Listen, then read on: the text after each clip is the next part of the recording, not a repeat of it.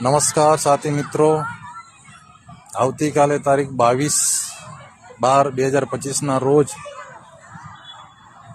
ઉપલેટા મામલતદાર શ્રીને આપણે ભાગિયાઓના વળતર માટેની આવેદનપત્ર આપવા જવાનું હોવાથી તમામ સાથી મિત્રોને સવારે 10 કલાકે ત્યાં અચૂક હાજર રહેવું એવું આમંત્રણ આપીએ છીએ.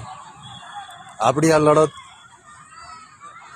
સરકારને જણાવવા માટેની છે કે તમે અમને ભૂલી ગયા છો.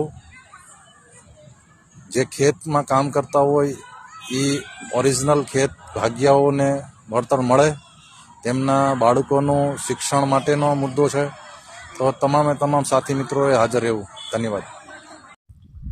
જય જોહાર, જય આदिवासी મારા તરફથી બધા બહેનો ગયા સવસમાં વાત કપર કરીને વિડીયોની પૂર્ણ એટલે ખાસ કરીને વિડીયો લાસ્ટ તક દેખે. આપણા આદિવાસી ભાઈઓ, આજ હું તમને એવી વાત સમજાડવાનો છે.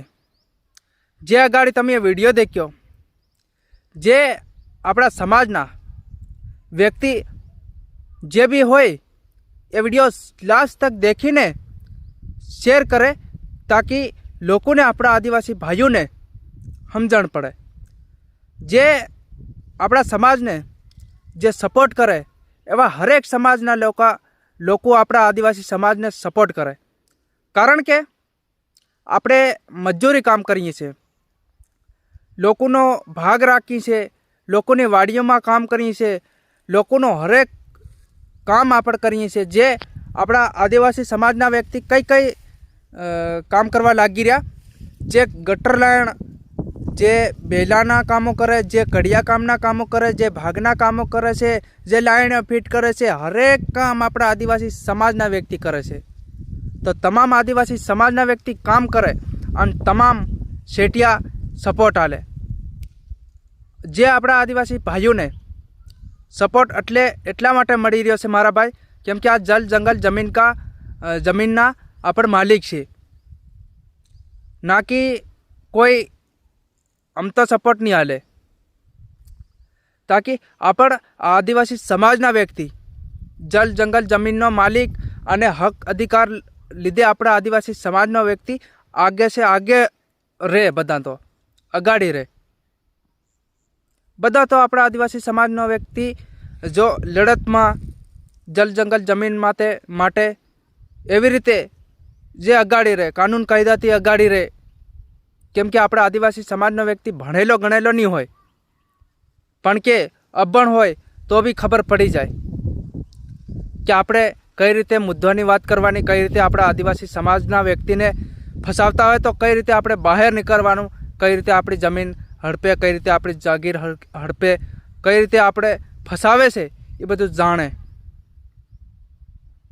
કેમ કે આપણા આદિવાસી સમાજના વ્યક્તિ ભાગ રાખી રહ્યા. હમણે જે ભાગમાં કંઈ નહીં મળી રહ્યું, છોતે ભાગ રાખી રહ્યા ભાગ, અને હા 30% વાત કરી રહ્યા, માંગ કરી રહ્યા 30% શેઠી આગાડી.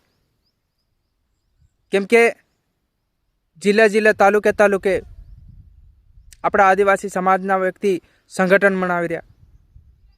કોના લીધે? કે આપણા આદિવાસી સમાજના વ્યક્તિ આપણા પોતાના લીધે બી કરી રહ્યા.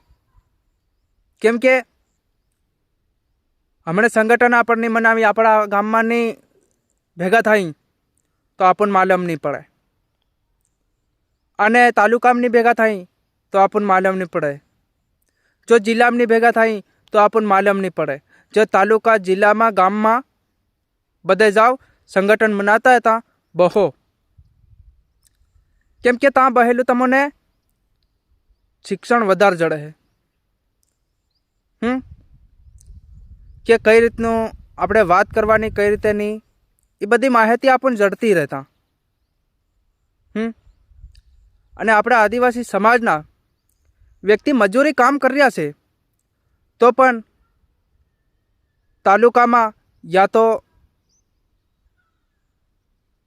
તાલુકામાં નતર ગામમાં નતર જિલ્લામાં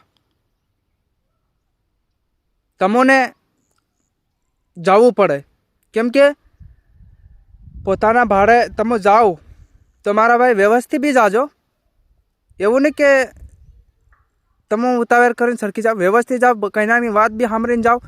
અને ત્યાં વાત બી કરવાની, ત્યાં આપણું જેટલી બી નોલેજ હોય એટલી નોલેજ આપણા બધાને કહેવાની. કેમ કે તમારો શબ્દ કયો જાય અને જે સંગઠન બનાવે એનો શબ્દ કયો જાય, જે આપણા આદિવાસી સમાજના લોકોને સમજાડવાનું અને ખુદ સમજવાનું, તાકી આપણું સમજણ પડે બધા ભાઈઓને. તો આટલી વાત મારા ભાઈઓ શેર કરે. આવનારા સમયમાં આપણા આદિવાસી સમાજના લોકો 50,000 જણા સંગઠન બનાવે, સમજી શકે. જય જોહાર. જય આદિવાસી મારા તરફથી જય જોહાર.